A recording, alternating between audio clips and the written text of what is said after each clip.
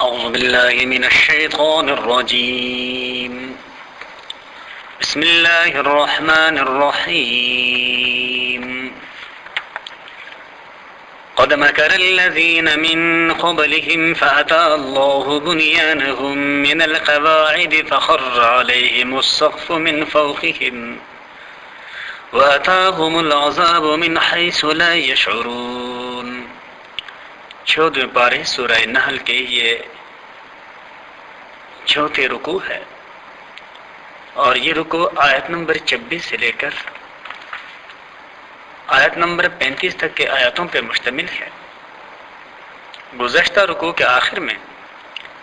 اللہ تبارک و تعالی نے حضور نبی کریم صلی اللہ علیہ وسلم کے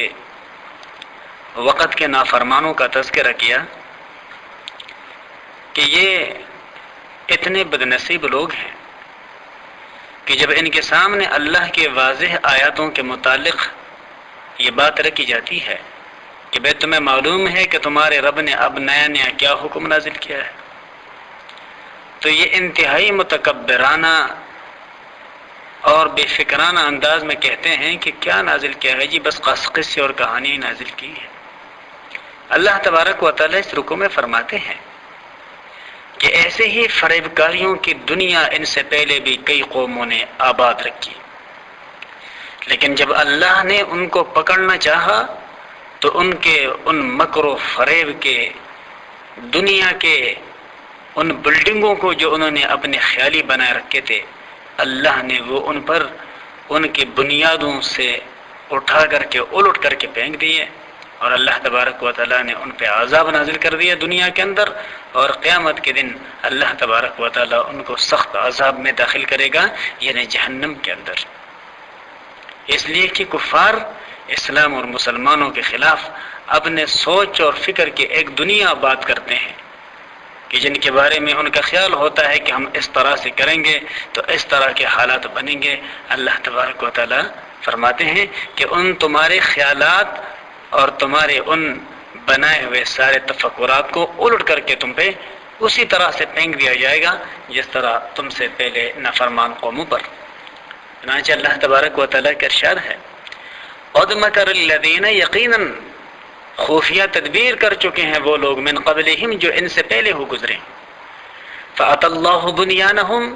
پھر آ پہنچا اللہ کا حکم ان کے عمارت پر، من القواعد، بنیاد سے، فخر علیہم السقف، پھر گر پڑی ان پر ان کی چھت، من فوقہم، اوپر سے، واتاہم العذاب، اور آن پڑا ان پر عذاب، من حیث لا یشعرون، جہاں سے ان کو وہم و گمان بھی نہیں تھا، یعنی اللہ نے ان کا ایسے مواخذہ کیا اور اس طریقے پر اللہ نے ان کو ناکام بنا دیا کہ وہ سوچ بھی نہیں سکتے تھے کہ ہم اس طرح سے بھی ناکام ہو سکتے ہیں۔ ثم یوم القیامت، پھر قیامت کے دن، یخزیہم، اللہ ان کو رسوا کرے گا، اور وہ رسوائی اس طرح ہوگی کہ جنہوں نے والدین ہو کر اولاد سے چھپ چھپا کر گناہ کیے، اولاد کے سامنے ان کے گناہوں کے رازوں پر سے پردہ اٹھا دیا جائے گا۔ جنہوں نے اولاد ہو کر والدین سے چھپ کر کے گناہ کی ہے، والدین کے سامنے ان کے پردوں سے، ان کے رازوں سے پردہ اٹھایا جائے گا، اور بیویوں کا شوہروں کے سامنے، اور شوہروں کا بیویوں کے سامنے، بھائیوں کے سامنے، اور بہنوں کے سامنے ان کے رازوں پر سے پردہ اٹھایا جائے گا۔ یہ کچھ کم رسوائی ہے۔ اور پھر سارے لوگ جن کا ان کے بارے میں ایک اچھا رائے قائم تھا دنیا کے اندر سفید پوشی کا، جب وہ دیکھیں گے تو وہ بھی ان پہ لعنت کریں گے کہ بھی ان کی اصلیت یہ ہے۔ ثم یوم القیامت، پھر قیامت کے دن، یخزیہم، وہ اللہ ان کو رسوا کرے گا، ویقول، اور کہے گا، این شرکائی الذین کنتم، کہاں ہیں میرے وہ شراکت دار جن کے بارے میں تم تشاقون فیہم، ان کے بارے بڑے ضد میں تھے، یعنی اللہ ان سے پوچھے گا۔ قال الذین اوتوا العلم، بولیں گے وہ لوگ جو صاحب علم تھے، ان الخزي اليوم، یقیناً آج کے دن کی رسوائی، والسوء، اور آج کے برائی، علی الکافرین، منکروں پر ہے، الذین، وہ، تتوفاہم الملائکۃ، کہ جب ان کے روح نکالتے ہیں فرشتے، ظالمی انفسہم، وہ جنہوں نے اپنے حق میں برا کیا، یعنی جنہوں نے دنیا میں اللہ کے نافرمانی کی، جب ایسے لوگوں کے فرشتے روح نکالتے ہیں تو فالقوا السلام، یہ بڑی ہی اطاعت گزاری کا مظاہرہ کرنا شروع کر لیتے ہیں، یوں کہتے ہوئے کہ ما کننا نعمل من سوء، ہم نے تو کبھی برا کام کیا ہی نہیں ہے۔ فرشتے کہیں گے بھلا کیوں نہیں، ان اللہ علیم بما کنتم تعملون، بے شک اللہ خوب جانتا ہے جو تم کرتے تھے، اور اللہ نے تمہارے اعمال کے مناسبت سے ہی ہمیں احکامات دے کر کے تمہارے روح نکالنے کے لیے بھیجا ہے۔ فادخلوا ابواب جہنم، سو داخل ہو جاؤ جہنم کے دروازوں سے، خالدین فیہا، اب سدا رہو اسی میں، فلبئس مثوى المتکبرین، سو بہت برا ٹھکانہ ہے غرور کرنے والوں کا۔ وقیل للذین اتقوا، اور جب کہا جاتا ہے ان لوگوں سے جو متقی ہیں کہ ماذا انزل ربکم، کہ بھئی تمہارے رب نے اب تازہ کون سا حکم نازل کیا ہے، قالوا، وہ کہتے ہیں خیرا، کہ ہمارے رب نے تو سراپا خیر کے بات نازل کی ہے۔ تو اللہ تبارک و تعالیٰ فرماتے ہیں، گزشتہ رکوع کے آخری آیت میں تھا کہ جب کفار سے کہا جاتا ہے کہ تمہارے رب نے اب کون سے حکم نازل کیے، تو وہ کہتے ہیں جی کہ پرانے لوگوں کے قصے نازل کیے، لیکن ان کے مقابلے میں جب ایمان والوں سے کہا جاتا ہے، یا حضور نبی کریم صلی اللہ علیہ وسلم کے دور میں کہا جاتا تھا کہ بھئی تمہارے رب نے اب کون سا نیا حکم نازل کیا ہے، کیا تم اس کے بارے میں جانتے ہو، تو وہ کہتے ہیں جی کہ ہم جانتے ہو یا نہ جانتے ہو، جو بھی اللہ نے نازل کیا ہے وہ سراپا خیر ہی خیر ہے۔ اللہ کا ارشاد ہے للذین احسنوا، ان لوگوں کے لیے جنہوں نے بھلائیاں کی، فی ہذہ الدنیا حسنۃ، اس دنیا میں بھی ان کے لیے بھلائیاں ہیں، ولدار الآخرۃ خیر، اور آخرت کا گھر بہتر ہے، ولنعم دار المتقین، اور کیا خوب گھر ہے پرہیزگاروں کا، جنت عدن رہنے کے لیے، یدخلونہا، جس میں ان کو داخل کر دیا جائے گا، اور اس جنت کی صفت ایسی ہے، تجری من تحتہا الانہار، کہ جس کے نیچے نہر بہتی ہے، لہم فیہا ما یشاؤون، ان کے لیے ہیں وہاں جو وہ چاہیں گے، کذالک یجزی اللہ المتقین، ایسے ہی اللہ تقوی اختیار کرنے والوں کو بدلہ دے گا۔ الذین، وہ لوگ، یتوفاہم الملائکۃ، کہ جب ان کا روح نکالتے ہیں فرشتے، طیبین، بڑے ستھرے طریقے سے، یقولون، وہ فرشتے کہتے ہیں سلام علیکم، تم پر سلام ہو، یعنی وہ فرشتے وہ ان کو سلام کرتے ہیں، اور پھر کہتے ہیں ادخلوا الجنۃ بما کنتم تعملون، اب جاؤ بہشت میں، جاؤ جنت میں، اس کے بدلے جو کچھ تم عمل کرتے تھے۔ هل ينظرون الا ان تأتيهم الملائکۃ، کیا یہ لوگ اس بات کے انتظار کرتے ہیں کہ ان کے پاس فرشتے آ جائیں، او یأتی امر ربک، یا ان کے پاس تیرے رب کا حکم آ جائے، کذالک فعل الذین من قبلہم، ایسی طرح کیا تھا ان لوگوں نے جو ان سے پہلے ہو گزرے ہیں، وما ظلمهم اللہ، اور اللہ نے ان پر کوئی ظلم نہیں کیا تھا، ولکن كانوا انفسهم یظلمون، لیکن وہ خود تھے اپنے ساتھ بے انصافی کرنے والے۔ یہ اللہ تبارک و تعالی حضور نبی کریم صلی اللہ علیہ وسلم کے زمانے اور آپ صلی اللہ علیہ وسلم کے زمانے کے بعد سے لے کر کے قیامت تک کے نافرمانوں سے مخاطب ہیں کہ اب یہ لوگ کس چیز کا انتظار کر رہے ہیں، کہ کیا انہیں اس بات کا انتظار ہے کہ ان کے سامنے فرشتے آ کر کے ان پہ سچ اور حق کو واضح کرنے کا کہیں، یا ان کے رب کا وہ خاص حکم آ جائے، یعنی عذاب کا، اور جب وہ حکم آتا ہے تو پھر کسی کو مہلت نہیں دی جاتی۔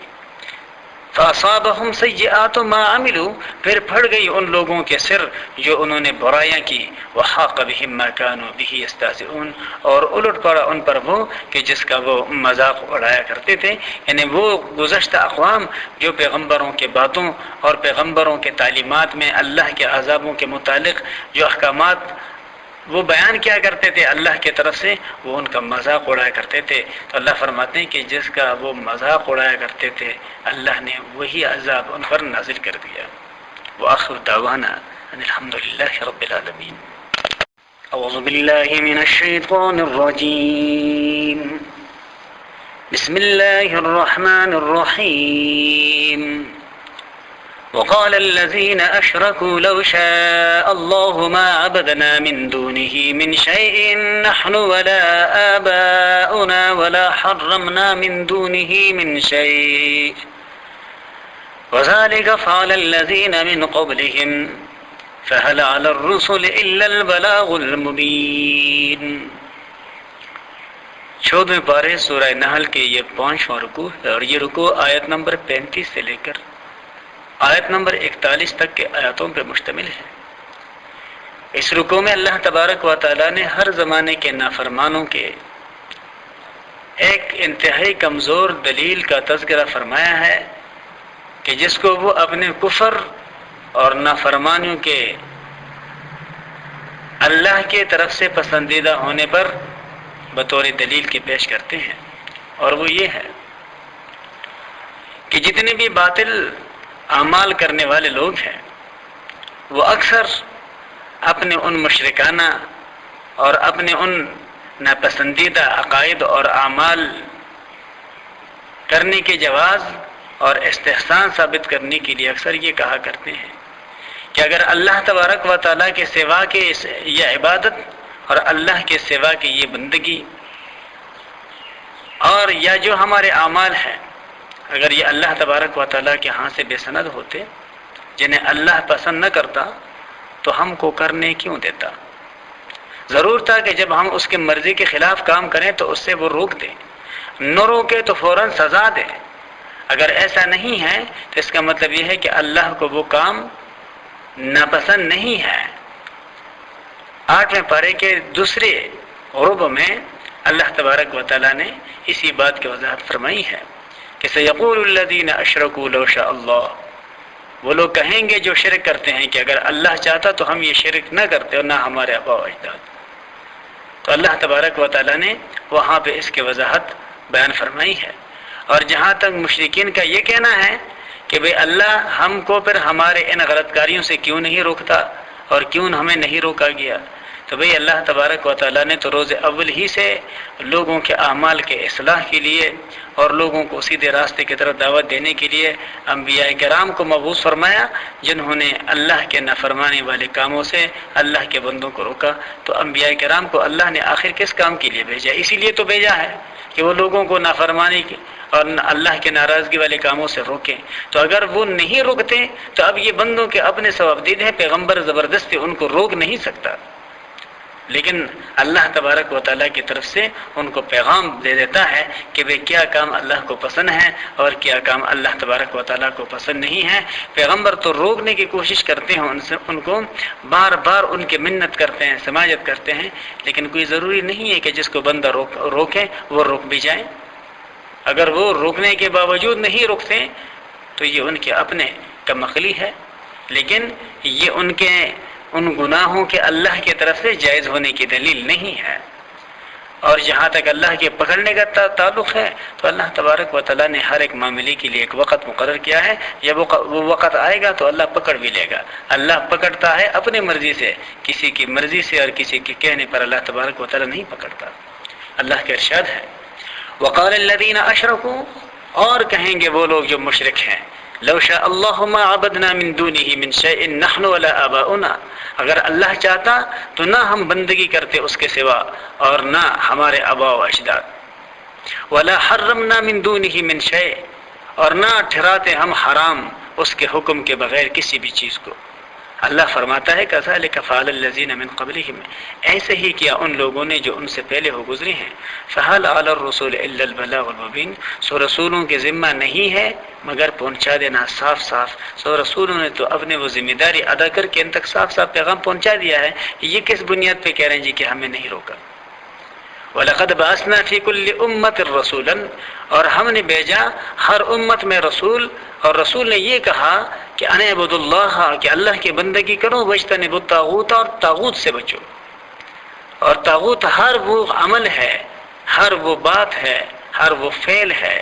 ہر وہ چیز ہے کہ جس کے ساتھ وابستگی بندے کو اللہ کے ناراضگی کی طرف لے جائے۔ فمنهم من هدى الله، پھر بعض ان میں سے وہ ہوئے کہ جنہیں اللہ نے ہدایت کی، ومنهم من حقت علیہ الضلالہ، اور بعض ان میں سے وہ ہوئے جن پہ گمراہی ثابت ہوئی۔ فسیروا فی الارض، بس ذرا چل پھر کے دیکھو زمین میں، فانظروا، بس دیکھو، کیف کان عاقبۃ المکذبین، کیسا ہوا انجام جھٹلانے والوں کا۔ ان تحرص علی ھداھم، اگر آپ صلی اللہ علیہ وسلم کو طمع ہے ان کے ہدایت کا، تو فإن اللہ لا یہدی من یضل، بے شک اللہ راستہ نہیں دکھاتا جس کو وہ گمراہ کر دیں۔ وما لهم من ناصرین، اور کوئی نہیں ہے ان کا مددگار۔ واقسموا باللہ جہد ایمانہم، اور وہ قسمیں کھاتے ہیں اللہ کے پکے قسم کھانا کہ لا یبعث اللہ من یموت، کہ اللہ نہیں زندہ کرے گا اسے جس کو وہ مار دے یا جو مر جائے۔ اللہ فرماتے ہیں بلا کیوں نہ، وعدن علیہ حق، یہ وعدہ ہے اس کے ذمہ سچا، یعنی اللہ کے ذمہ، ولکن اکثر الناس لا یعلمون، لیکن لوگوں میں سے اکثریت وہ ہے کہ جو نہیں جانتے۔ یہ کس بنیاد پہ کہتے ہیں کہ جو مر جائے وہ دوبارہ زندہ نہیں ہوگی؟ ان کے پاس اس کی کوئی دلیل ہے؟ جہاں تک یہ کہنا ہے کہ اب تک اللہ نے کیوں زندہ نہیں کیے، تو زندہ اللہ ایک ہی مرتبہ کرے گا، اور اس کے لیے اللہ نے ایک وقت مقرر کیا۔ اللہ کسی کے کہنے پہ تھوڑا مردوں کو زندہ کرتا ہے۔ ہاں، پیغمبروں کے معجزات کے طور پہ، جیسے حضرت عیسیٰ علیہ السلام کے ذریعے اللہ بعض مردوں کو زندہ کرتے تھے، لیکن وہ زندگی وقتی تھی، وہ لوگ ہمیشہ اس کے بعد زندہ نہیں رہے، وہ تو ایک معجزہ تھا۔ لِيُبَيِّنَ لَهُمُ الَّذِي، تاکہ واضح کر دیا جائے ان کے لیے وہ یختلفون فیہ، جس میں وہ جھگڑتے تھے، وَلِيَعْلَمُ الَّذِينَ كَفَرُوا، اور تاکہ معلوم کر لے وہ لوگ جو کافر ہیں، أَنَّهُمْ كَانُوا كَاذِبِينَ، یہ کہ وہ جھوٹے تھے۔ اس لیے کہ دنیا میں کفر کرنے والے اپنے آپ کو غلط نہیں کہتے۔ اب کوئی وقت تو ایسا ہونا چاہیے نا کہ جس وقت کے آنے پر یہ خود اقرار کر لیں، اس لیے کہ کسی کے سمجھانے سے تو یہ سمجھتے نہیں ہیں، سمجھانے والوں کو یہ الٹا غلط کہتے ہیں، تو ان کو ان کی غلطی کا احساس کب ہوگا اور کیسے ان کو یاد احساس دلایا جائے گا؟ یقیناً وہ قیامت ہی کے دن تو ہوگا۔ انما قولنا لشیء، بے شک ہمارا کہنا کسی بھی چیز کو، اذا اردناہ، جب ہم اس کو کرنا چاہیں، ان نقول له، یہ کہ ہم اس سے کہہ دیتے ہیں کن، ہو جا، فیکون، پس وہ ہو جاتا ہے۔ یعنی یہ انسان جو مرنے کے بعد دوبارہ زندہ ہونے کے متعلق شکوک اور شبہات کا شکار ہے کہ بھئی اتنے لوگوں کو کیسے زندہ کیا جائے گا، اور پھر یہ انسان مرنے کے بعد جب مٹی میں مٹی ہو جاتا ہے، پانی میں ختم ہو جاتا ہے اور ہوا میں اڑ جاتا ہے، یہ ذرات کیسے دوبارہ زندہ ہوں گے؟ تو یہ انسان اپنے زاویہ نظر سے سوچتا ہے، اللہ کے قدرتیں انسان کے سوچ سے بہت بھالا ہے۔ اس لیے اللہ فرماتا ہے کہ جب میں کسی کام کو کرنا چاہوں تو مجھے اس کے لیے کوئی اسٹریٹجی نہیں بنانی پڑتی، کوئی پلاننگ نہیں کرنا پڑتا، اس کے لیے کوئی کاریگر نہیں لگانے پڑتے، بلکہ خود اس کام کو کہتا ہوں ہو جا، وہ ہو جاتا ہے۔ اس لیے کہ دنیا میں ہر چیز اللہ کے حکم کے تابع ہے۔ وآخر دعوانا ان الحمد للہ رب العالمین۔ اعوذ باللہ من الشیطان الرجیم، بسم اللہ الرحمن الرحیم۔ والذین هاجروا فی اللہ من بعد ما ظلموا لنبوئنہم فی الدنیا حسنہ ولأجر الآخرۃ اکبر لو كانوا یعلمون۔ 14ویں پارے سورہ نحل کے یہ چھٹا رکوع ہے۔ یہ رکوع آیت نمبر 41 سے لے کر آیت نمبر 51 تک کے آیتوں پر مشتمل ہے۔ اللہ تبارک و تعالی اس رکوع میں ان لوگوں کے فضیلت اور عظمت کو بیان فرماتا ہے کہ جو اللہ کے احکامات پر عمل پیرا ہونے کے غرض سے اپنے ملک اور علاقے کو چھوڑ دیتے ہیں جہاں ان کے لیے اللہ کے احکامات پر عمل پیرا ہی ممکن نہ رہے، تو یہ اپنے ان خواہشوں کو اور اپنے وطن کو، اپنے علاقے کو قربان کر دیتا ہے کہ اور ایک ایسے جگہ جا کر کے آباد ہو جاتا ہے کہ جہاں یہ پورے اہتمام کے ساتھ، پورے خشوع اور خضوع اور یکسوئی کے ساتھ اللہ تبارک و تعالیٰ کے احکامات کو ادا کر سکے۔ جیسے کہ مکہ مکرمہ میں یہ مسلمانوں پر کفار مکہ نے ان کے عرصہ زندگی کو تنگ کر دیا، اور جب وہ نماز کے لیے آتے ہیں تو ان پہ آوازیں کسی جاتی اور ان کو سخت اذیتوں اور تکلیفوں سے ہمکنار کر دیا جاتا۔ اللہ تبارک و تعالیٰ نے جب ان کو حکم دیا کہ بے وہ مکہ سے پہلے حبشہ کی طرف ہجرت کر جائیں، تو مکہ کے مقابلے میں حبشہ میں ان کو اللہ تبارک و تعالیٰ نے عزت اور احترام کا ٹھکانہ عطا فرمایا۔ اور پھر جب اللہ نے دوسری مرتبہ انہیں مدینہ کی طرف ہجرت کرنے کا حکم دیا، تو اللہ تبارک و تعالیٰ نے مکہ میں رہنے والے پڑوسیوں کے بالمقابل مدینہ میں اللہ نے ان سے بہت زیادہ خیرخواہ پڑوسی ان کو عطا فرمائے، اور مکے میں جو ان کا قدر و احترام تھا اس کے مقابلے میں زیادہ ہی قدر و احترام اور منزلت والا جگہ اللہ نے ان کو مدینہ میں عطا فرمائی۔ اور مکہ میں جو ان کے مالی پوزیشن کمزور تھا، اقتصادی لحاظ سے کمزور تھے، مدینہ منورہ میں اللہ تبارک و تعالیٰ نے ان کو مالی طور پہ مستحکم کر دیا۔ اور مکہ مکرمہ میں جو ان کے بات کو سننے والا کوئی شخص نہیں تھا، مدینہ منورہ میں ہجرت کرنے کے بعد اللہ تبارک و تعالیٰ نے کچھ ہی سالوں میں ان کو کئی کامیابی عطا فرمائی، اور دیکھتے ہی دیکھتے دنیا کے بادشاہوں کے بڑے بڑے سلطنتیں ان کے قدموں کے نیچے آ گئی، اور وہ ایسے منصبوں پر فائز ہو گئے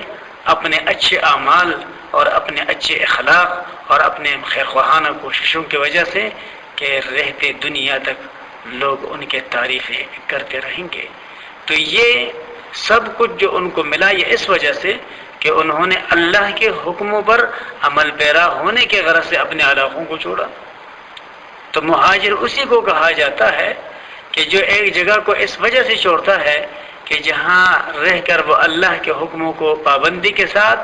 آزادی کے ساتھ اور یکسوئی کے ساتھ ادا نہ کر سکے، تو جب وہ اس علاقے کو چھوڑتا ہے دوسری جگہ چلا جاتا ہے، اسی غرض کے لیے اس کو مہاجر فی سبیل اللہ کہا جاتا ہے۔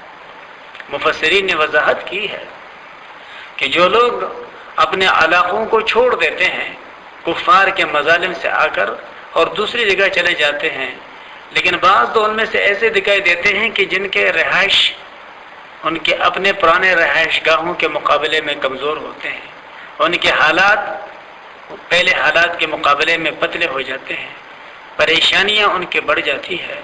تو ان کو کیوں فائدہ نہیں مل رہا ان کی ہجرت کی وجہ سے؟ اصل میں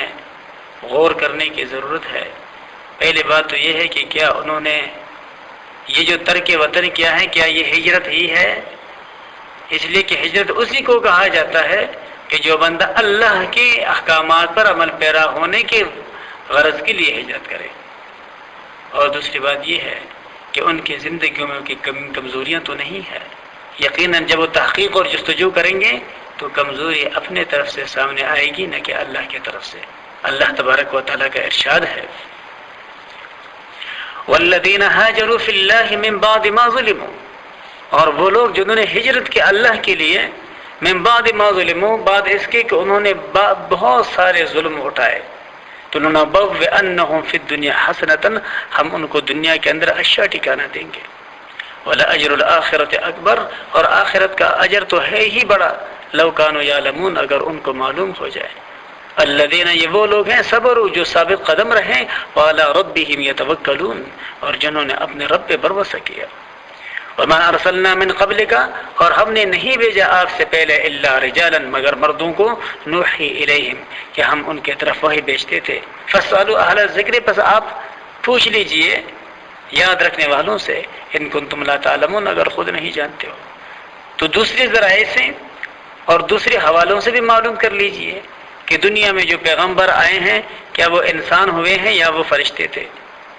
کیا وہ مرد ہے یا وہ عورت ہی تھی۔ تو آپ کو اللہ کے احکامات کے علاوہ دوسرے ذرائع سے بھی معلوم ہو جائے گا کہ وہ سارے کے سارے پیغمبر انسان ہی تھے، وہ بشر ہی تھے، انہوں نے شادیاں کی، ان کے بچے ہوئے، وہ پیدا ہوئے، ان کے خاندان ہے، اور پھر وہ بیمار ہوئے، بعض ان میں سے شہید ہوئے، بعض ان میں سے اپنے موت آپ دنیا سے رحلت فرما گئے۔ تو اللہ تبارک و تعالیٰ کا ارشاد ہے بالبینات، کہ ہم نے ان کو بیچا واضح نشانیاں دے کر، والزبور، اور ورقے دے کر، وانزلنا الیک الذکر، اور ہم نے نازل کیا ہے آپ کے طرف لوگوں کو یاد دہانی کرانے والی ایک خیرخواہانہ نصیحت، لتبین للناس، تاکہ آپ کھول کے اس کو بیان کریں لوگوں کے سامنے، ما نزل الیہم، جو کچھ ان کی واسطے نازل کیا گیا ہے، ولعلہم یتفکرون، اور تاکہ وہ لوگ غور و فکر کریں۔ افامن الذین مکروا السیئات، کیا بے خوف ہو گئے وہ لوگ جو برے فریب کاریاں کرتے ہیں، ان یخسف اللہ بہم الارض، یہ کہ اللہ ان کو زمین میں دنسا دے، او یاتیہم العذاب من حیث لا یشعرون، یا آئے ان پر عذاب جہاں سے ان کو خبر بھی نہیں، او یاخذہم فی تقلبہم، یا اللہ ان کو ان کے چلتے پھرتے کے دوران یہ میں پکڑ لیں، فما ہم بمعجزین، سو یہ اللہ کو عاجز نہیں کر سکتے، یعنی اللہ جب اور جس طرح سے چاہے گا ان کا مواخذہ کرنے پہ قادر ہے، لہذا اللہ کے عذاب سے کسی کو بھی بے فکر ہو کر اللہ کے نافرمانی کا ارتکاب نہیں کرنا چاہیے۔ اگر اللہ چاہے تو او یاخذہم، یا پھر ان کو پکڑ لے، علی تخوف، ان کو ڈرانے کے بعد، فإن ربکم لرؤوف الرحیم، پس بے شک تمہارا رب بڑا رحم کرنے والا، بڑا باریک بین ہے۔ اولم یرو، کیا وہ لوگ نہیں دیکھ رہے، الی طرف ما اس کے خلق اللہ، جو اللہ نے پیدا کیا ہے، من شیء، چیزوں میں سے، یتفیأ ظلالہ، کہ ڈھلتے ہیں اس کے سائے، عن الیمین، دائیں طرف سے، والشمائل، اور بائیں طرف سے، سجدا للہ، اللہ کے لیے سجدہ کرتے ہوئے، وہم داخرون، اس حال میں کہ وہ اللہ ہی کے لیے عاجزی کرتے ہیں۔ تو یہ سارا جو سسٹم، سایوں کا گھٹنا، سایوں کا بڑھنا، اور اس کے پیچھے جو اسباب متحرکہ ہے، یہ سب کچھ کرنے والا کون ہے؟ وَلِلَّهِ يَسْجُدُ مَا فِي السَّمَاوَاتِ وَمَا فِي الْأَرْضِ، اور اللہ ہی کو سجدہ کرتا ہے جو آسمان میں ہے اور جو زمین میں ہے، من دابۃ، جانداروں میں، والملائکۃ، اور فرشتوں میں، وَهُمْ لَا يَسْتَكْبِرُونَ، اور وہ اللہ تبارک و تعالیٰ کے احکامات پر عمل پیرا ہونے سے خود کو بالاتر نہیں سمجھتے، وہ تکبر نہیں کرتے۔ یخافون ربہم، وہ ڈرتے ہیں اپنے رب کے، من عذاب سے، من فوقہم، کہ وہ ان پر اوپر کی طرف سے نہ آ جائیں، وَيَفْعَلُونَ مَا يُؤْمَرُونَ، یہ آیت سجدہ تلاوت ہے، اور وہ کرتے ہیں جو ان کو حکم دیا جاتا ہے، یعنی اللہ تبارک و تعالیٰ کے کسی حکم کے تعمیل میں وہ کوتاہی نہیں برتتے، بلکہ اللہ کا جو ان کو حکم پہنچتا ہے وہ فوری طور پہ اللہ کے اس حکم کی تعمیل کرتے ہیں۔ لیکن ایک ہے یہ انسان کہ اللہ تبارک و تعالیٰ نے اس کو اشرف المخلوقات بنایا، اس کو کائنات کا مالک بنا دیا، زمین پر نائب بنا دیا، جب اللہ نے اس کے ہدایت اور رہنمائی کے لیے اپنے احکامات نازل فرمائے تو یہ اللہ کے ان احکامات کے بارے میں نکتہ چینیاں کرنے لگ گیا۔ وآخر دعوانا ان الحمد للہ رب العالمین۔